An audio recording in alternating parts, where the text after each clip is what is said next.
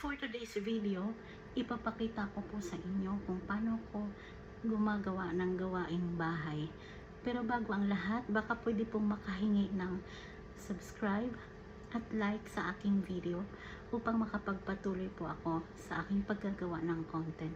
Maraming salamat. Guys, for today's video, ipapakita ko na maglilinis ako ng bintana. Makalat ang aking room ngayon or itong aking bed kasi nga mag-aayos ako or maglilinis. Yan, nag-spray tayo dito sa bimpo ng disinfectant para ilinis natin dito sa bintana. Yan, unahin ko muna itong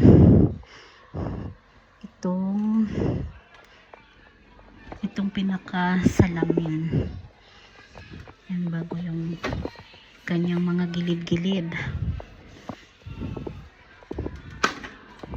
Dahil bihira nga kaming umuwi dito, yan, ngayon lang talaga to ulit nalinisan, pero hindi naman siya maalikabok.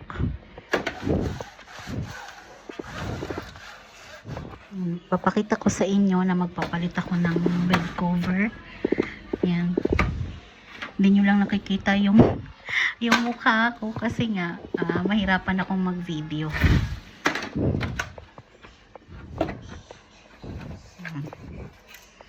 Linisin nating mabuti. Yun lang, sana nakikita, no? Alam nyo guys, mahirap naman talaga sa isang blind ang maglinis, kumilos, pero nasanay na rin, nakasanayan na. Yung labas nito, nalinis ko na pala, kaya ito na lang dito ang sa loob ang napakita ko sa inyo. Dahil, yun nga, nabisi ako kanina. Yun, malinis naman na siya. Wala naman siyang alikabok. Yun, mag-add pa tayo ng disinfectant. Kasi kahit naman po ako'y hindi nakakakita, maarte talaga ako. Gusto ko laging mabango yung bahay.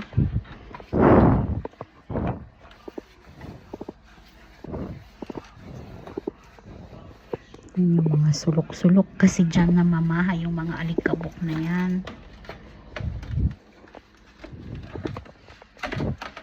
Okay. Yung kabila.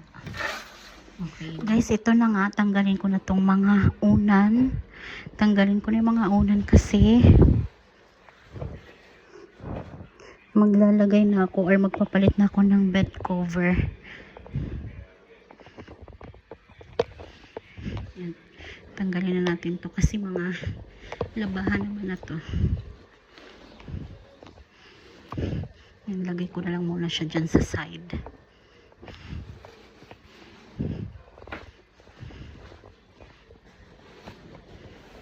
Okay, wala na.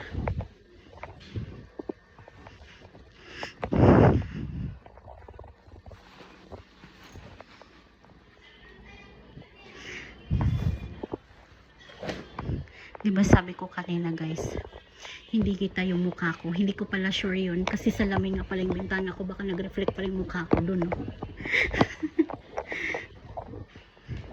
Okay, ngayon tanggalin ko na itong bed cover para mapalitan.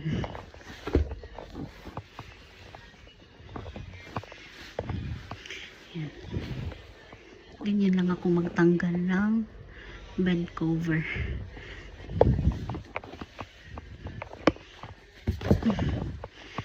Okay, dali lang naman siya. Yan.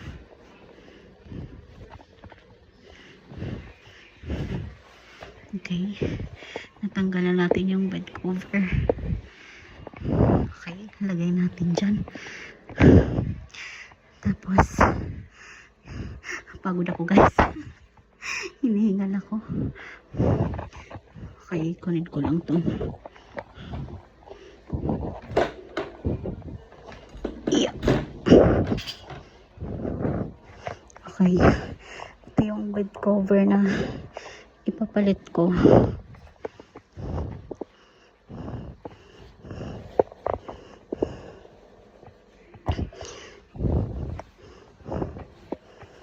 Okay, wait lang ha.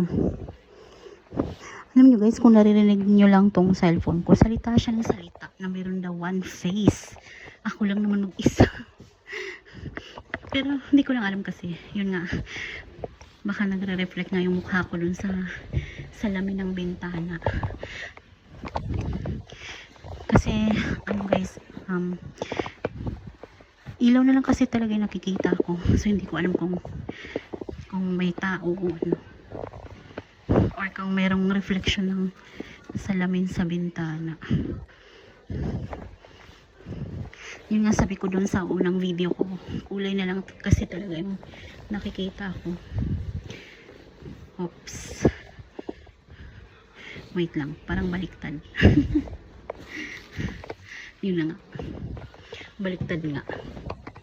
Diba? Ganyan ang ano, blind, nangangapa talaga.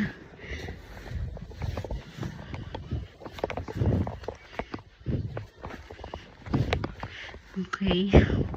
So, pasensya na kung malikot yata ang video ko. Yan.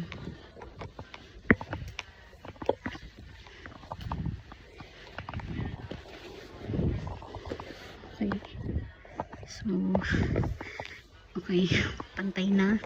Hilain ko na siya dito pababa sa kabilang bahagi para maisuot na rin yung kabila.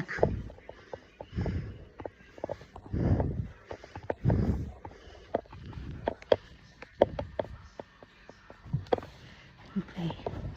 Suot lang natin. Ayun. Buti na lang mabilis siyang ilagay.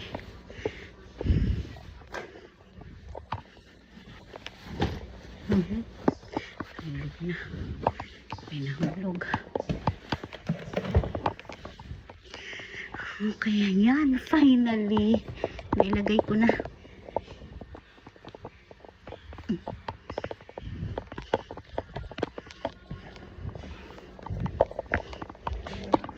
Okay.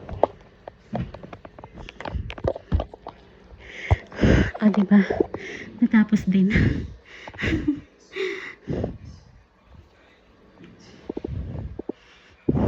Okay na.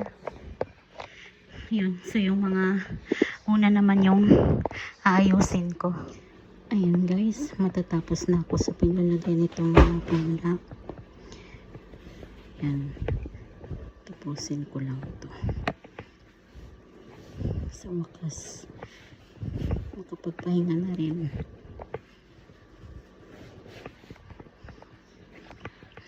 Hindi pa pala. Kasi magsasalang pa ako ng labahan ko sa washing.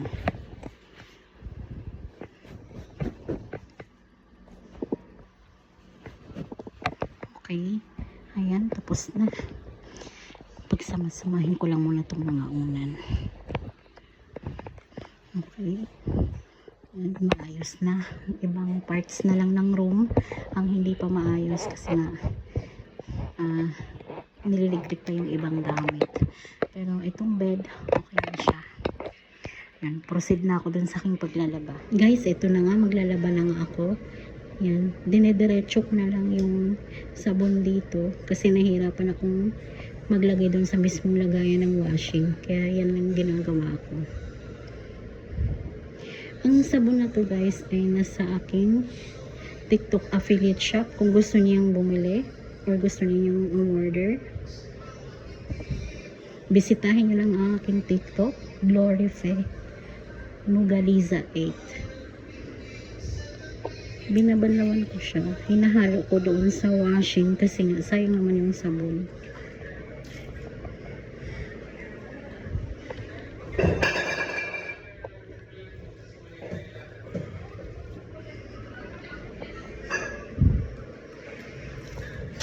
Yan, okay na guys. Tapos i-start na natin yung washing para makapagsimula na.